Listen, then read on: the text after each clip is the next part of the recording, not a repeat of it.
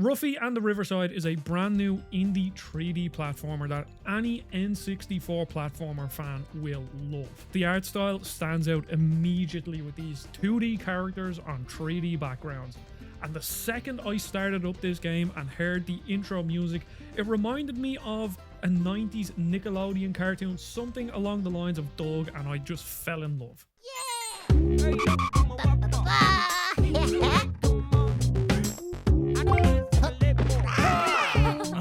And the main mechanic that makes Ruffy stand out so much is the swappability. So you look at something and you can either absorb its material, or sometimes you can absorb the color. And then you can use that to swap out the material of an item that's already in the world, or swap out the color, and it's used in really interesting, unique ways. So let's take, for instance, there is a wall of stone blocks and you want to get past them, but obviously you can't break stone. So when you walk around, you look for a tree. So you absorb the wood from the tree, swap it out to the stone, so then they become wooden boxes which you can break, and then you break them, you collect the coins, and then you go through to wherever you need to go. And there's so many clever applications. There'll be times where there's a stone pillar in the water and it's sticking upright and you needed to get it turned on its side so you can use it as a platform. So once again, you find wood, you swap it out, and then it starts to float. Or there'll be other times where there's wood that you can't get past, but there's water running through it. So if you found lava and swap the water out to lava, it burns the wood and then you can go through. Now eventually the language does become clear and you start to do the same things. Typically, if you see something that's made of stone, you more than likely need to turn it into wood, or vice versa. Or you'll find a wooden door that has an up arrow, and now you know that when you see a down arrow and swap it out, it will push it down. But as you go through, there are some more unique ways to use it, and I don't want to spoil everything, but there's missions where there's scoreboards involved, and in between the rounds you sneak over to the scoreboard and you swap out the numbers so that you're actually doing better than the other people. And there's unique variations on what to do when you get to the sort of main missions of this game. Now, one thing I like to discuss about 3D platforms, and most games in general, is that every single game has a language. And you'll jump in, and depending on the type of game or how well it's made, it will teach you that language either quick, slow, or let you figure it out yourself, or whatever. And if you play a traditional 3D platformer, the language is very obvious. If you sit down and play Spyro, you know within the first 20 minutes that there are hub worlds that you go to, and then you go to the main world, and in these there's gems to collect, orbs or dragons depending on what kind of game. Or you play Crash Bandicoot and you know, oh well, I need to collect all the boxes, and then I also need to get the purple gem, and this, that and the other. So they teach you these things very clearly, very plainly. Now they are very normal, run-of-the-mill 3D platformers, and Ruffy and the Riverside isn't exactly a full-on 3D platformer. Yes, it is 3D. Yes, there is platforming, but there's also a lot of puzzles with the swap mechanic, as I've already mentioned. And as I was playing this game, I was reminded of one 3D platformer that recently got a remake, and I absolutely adore it now, and that is Epic Mickey Rebrush. Now, obviously you can kind of see some comparisons with in Epic Mickey. You do have that aim mechanic where you are manipulating the world to a certain extent. Obviously, there you are destroying or painting things, whereas here you're swapping things out. But there is certain things there. And Ruffy is a quest-based platformer. It's not a, oh, here's World 1-1, here's World 1-2, here's this place where you go to, and the next place. Instead, it's more of an interconnected world where you're starting in the town and you're talking to an NPC, and then they're saying, oh, you have to go over here, and it's all very plainly laid out. You have quest markers.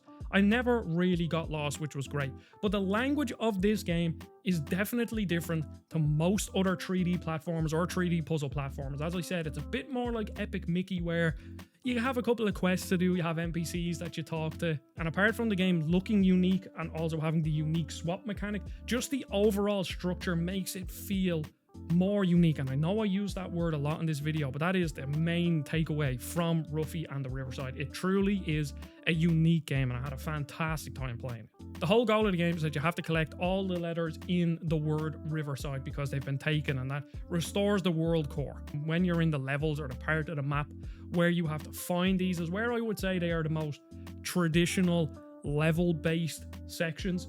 Because one of the letters, you have to do a sort of 2D platforming side-on kind of thing. It did actually kind of remind me a bit of like Crash Bandicoot 1. Not in its difficulty, but just the overall look of it. And then there's more unique things that you do. One thing that kind of caught me off guard is that Ruffy can ride around on hay bales, and that's almost like the mount in the game. But there's a whole section of it where you're doing a hay bale race. And there's other things that I don't want to spoil here, but it's not always just platforming point A to B with a bit of puzzles. There is a couple of things to mix up the formula in there. Since this is more of a review and this is a day one, the game is only out, the game technically is actually really sound. There was a couple of hitches when you're going from area to area and it kind of looks a bit janky, but apart from that, I didn't have any frame rate issues on the PS5. There was no crashes. It was just an overall extremely solid experience, which I really appreciate. But I guess my biggest issue with Ruffy, and this is the problem with when you try to make something that's a bit different. If you just made a very typical, this is Mario 64 or Spyro or whatever, with this art style, these characters, this world, then I think this still would have been an absolutely phenomenal game. It really would have. But because Ruffy is going for something slightly different, there were a few times where I was kind of confused on what the game was asking me to do. It happened, I think, 2 or 3 times in my playthrough where I was walking around for like 15-20 minutes trying to figure out what I needed to swap in or swap out. And the game is fairly nice with giving hints to you, but sometimes I think those hints could have been slightly better because it's expecting you to do certain things that you have never done before and never will do again. So while it intuitively taught me the language of, if I see a stone pillar in the water, turn it into wood so then it would float and then I can use it. Or if I see something that's wooden, I might need to burn it. Or if I see a waterfall and I need to get up to a height, I can change the water out for like climbing leaves kind of thing where I can just climb up them. But then there were a few very unique situations. One specifically where you have to swap out an enemy that I was like, yes, I figured it out after say 10 or 15 minutes of wandering around like a headless chicken. But that wasn't used once before that.